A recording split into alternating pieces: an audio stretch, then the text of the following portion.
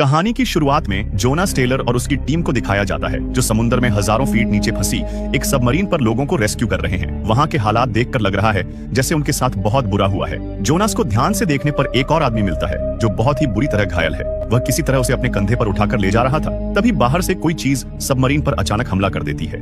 वह लगभग सबमरीन को तोड़ ही चुकी थी, लेकिन जोनास अपने ग्लाइडर में वापस आ जाता है। अपनी टीम से बात करने पर उसे पता चलता है कि वह सभी एक रूम में फंस चुके हैं क्योंकि रूम का डोर लॉक हो गया था।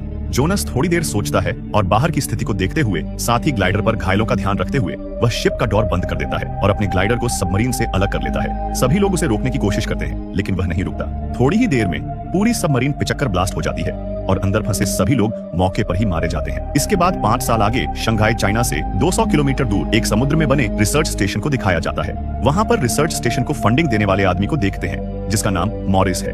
वह अपने स्टेशन को देखने और लोगों से मिलने आया है। जांग उसे अपनी बेटी से मिलवाता है जो इस स्टेशन की चीफ मरीन बायोलॉजिस्ट है। साथ ही उसकी एक छोटी सी बेटी भी है जिसका नाम मेइंग है। अंदर जाकर मॉरिस स्टेशन को देखकर हैरान हो जाता है और पूरी तरह इंप्रेस हो जाता है। वह बताता है कि उसने इतने पास से पहले कभी वेल्स को नहीं देखा था। ओवन ऑपरेटिंग रूम में पहुंचकर मॉरिस देखता है कि एक टीम अभी समुद्र के अंदर रिसर्च के लिए गई है जिसकी कैप्टन लॉरी है। जांग बताता है कि सन 1875 से हम मानते आ रहे हैं कि मारियाना ट्रेंच समुद्र का सबसे गहरा हिस्सा है जो इंसानों ने खोजा है, लेकिन यह समुद्र का तल नहीं है। यह हाइड्रोजन सल्फाइड की एक परत हो सकती है। अगर ऐसा होता है तो उसके नीचे देखने वाले हम पहले इंसान होंगे।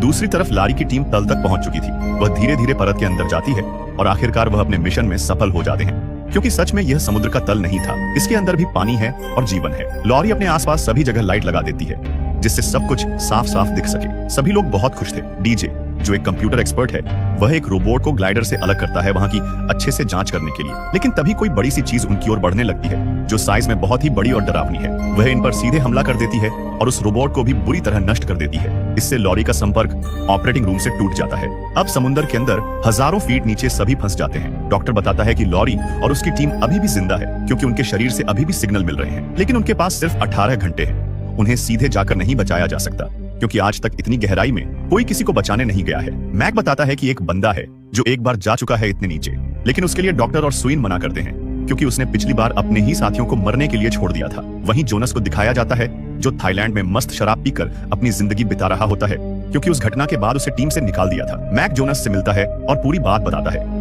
लेकिन जोनास इसके लिए मना कर देता है। जांग उसे पैसे भी ऑफर करता है, फिर भी जोनास मना कर देता है क्योंकि वह जानता है पिछली बार क्या हुआ था। लेकिन जब उसे पता चलता है कि उसकी एक्स वाइफ लॉरी भी उसी शिप में है तब वह मान जाता है। दूसरी तरफ सुइन को जोनास पर बिल्कुल भी भरोसा नहीं है। वह खुद ही एक ग्लाइडर लेकर उन्हें बचाने के लिए निकल जाती है। थोड़ी ही देर में जोनास भी स्टेशन पर पहुंच जाता है, लेकिन जब जांग को पता चलता है कि उसकी बेटी ग्लाइडर लेकर बचाने गई है तो वह घबरा जाता है और जोनास को जल्दी से एक नई शिप में बैठा देता है जहां पर सुइन की बेटी पहले से मौजूद थी। वह जोनास से अपनी मां को बचाने को कहती है और बाहर आ जाती है। दूसरी तरफ सुइन भी लेयर को पार करके अंदर पहुंच जाती है, लेकिन उसके ग्लाइडर में ज्यादा लाइट होने के कारण उस पर एक बड़ा सा ऑक्टोपस हमला कर देता है और उसके ग्लाइडर को पूरी तरह जकड़ लेता है। तभी पीछे से बड़ी सी शार्क आती है जिसको मैग कहा जाता है। वह उसे मारकर खा जाती है। तभी जोनास भी वहां पहुंच जाता है और वह सुइन से कहता है तुम यहाँ से चली जाओ क्योंकि तुम्हारा ग्लाइडर पूरी तरह डैमेज हो चुका है। सुइन भी वहां से चली जाती है। जोनास किसी तरह अपनी शिप को लॉरी के ग्लाइडर से जोड़ता है और लॉरी के साथ एक साथी को अपनी शिप में खींच लेता है, लेकिन तभी मैग फिर से इनकी ओर बढ़ने लगती है। इनका एक और साथी जो अभी भी ग्लाइडर में है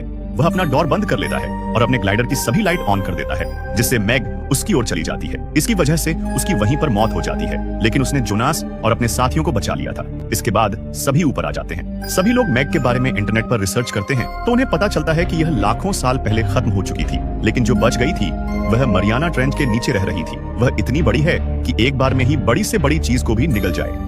दूसरी तरफ सुइन की बेटी खेलते खेलते एक जगह पर जाती है जहां से समुद्र साफ दिख रहा था। तभी पीछे से बड़ी सी शार्क उसको खाने की कोशिश करती है, लेकिन वहां की दीवार बुलेट प्रूफ कांच से बनी थी जिससे वह कुछ नहीं कर पाती। सभी लोग उसकी चीख सुनकर वहां आ जाते हैं। जोनास देखता है कि कांच पर बड़े बड़े दांतों के निशान बने हैं। सभी को लगता था कि कोई शार्क है। तभी पीछे से मैग आकर एक बड़ी सी शार्क को मारकर खा जाती है। सभी यह देखकर डर जाते हैं। अब उन्हें समझ आता है कि उन्होंने मरियाना ट्रेंच की लेयर को खोल दिया है जिससे होकर यह यहाँ आ गई है। थोड़ी ही देर में इन्हें न्यूज मिलती है कि कुछ दूर अभी किसी शार्क ने एक शिप पर हमला करके सभी को मार दिया है। जब सभी लोग वहां जाते हैं तो देखकर हैरान हो जाते हैं। वहां पर मलबे के अलावा कुछ नहीं था। उसने एक साथ 3 शिप को नष्ट कर दिया था। रिसर्च सेंटर का लीडर कहता है, हमें जल्द ही कुछ करना होगा, नहीं तो यह ऐसे ही सभी को मार देगी। जोन्स बताता है, मैग हमारी सोच से भी बड़ी है, उसे आसानी से पकड़ना मुमकिन नहीं है। वह कहता है, एक काम करते हैं, पहले हम उस पर एक ट्रैकर लगा देते हैं, फिर उसको एक बड़े से पिंजरे में पकड़ने की कोशिश करेंगे। ट्रैकर लगाने के लिए कोई हाँ नहीं बोलता, इसलिए जोन्स को ही जाना पड़ता है। जब वह मेग के पास जाता है तो मेग और दूर चली जाती है। जोनस धीरे धीरे उसके पास जाता है और किसी तरह उसके फिंस में ट्रैकर लगा देता है। शिप पर खड़े लोग मशीन की मदद से उसे तेजी से अपनी ओर खींच रहे थे, जिसकी वजह से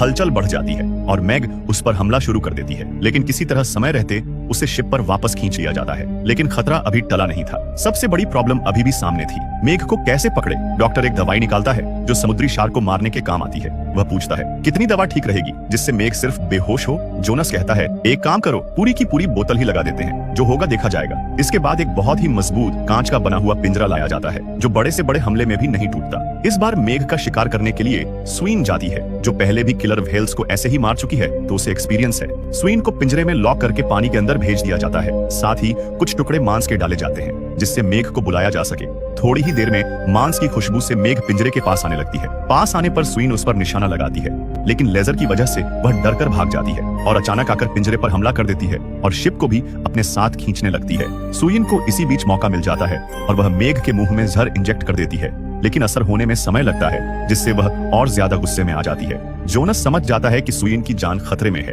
वह बिना सोचे समझे पानी में उतर जाता है और स्वीन को सही सलामत पिंजरे से बाहर निकाल लेता है। लेकिन तभी मेग उन पर हमला करने ही वाली थी कि उसे एक रस्सी में बांध लिया जाता है और वह कुछ ही समय में बेहोश हो जाती है। सभी उसे शिप पर रख लेते हैं, जो देखने में बहुत ही भयानक दिख रही थी। टीम का एक मेंबर पानी में मजे कर रहा था, तभी नीचे से एक और बड़ी मेग हमला कर देती है और पहली मेग को मार देती है। साथ ही उनका एक टीम मेंबर भी मारा जाता है। असल में नीचे से एक नहीं बल्कि 2 मेग निकल आई थी। मेग के कारण पूरी शिप पलट जाती है, जिससे स्वीन के पिता घायल हो जाते हैं। सभी लोग किसी तरह छोटी बोट लेकर स्टेशन की ओर निकल जाते हैं, लेकिन मेग पीछे पड़ जाती है। मॉरिस के कुछ आदमी हेलीकॉप्टर में आते हैं और मेग पर हमला कर देते हैं, जिससे खतरा कुछ देर के लिए टल जाता है। लेकिन इसी में स्वीन के पिता की मौत हो जाती है। जोनस उसे दिलासा देता है कि सब ठीक हो जाएगा। मॉरिस बताता है, घबराने की बात नहीं है, मैंने आर्मी और गवर्नमेंट को खबर दे दी है। कल सुबह वे मेग को मार देंगे और तुम सबको सही सलामत घर पहुंचा दिया जाएगा। साथ ही मैं आज से इस रिसर्च स्टेशन को बंद कर रहा हूँ। इतना कहकर वह अपने हेलीकॉप्टर में निकल जाता है। आगे हम देखते हैं कि उसने किसी को नहीं बताया है और वह खुद ही मेग को मारने वाला है। उसने कुछ लोगों को हायर किया था जो बहुत ही बड़े बड़े विस्फोटक लेकर आए हैं। वे मेग की लोकेशन ट्रैक करके उसके पास पहुंच जाते हैं और हमला शुरू कर देते हैं। हमला इतना बड़ा था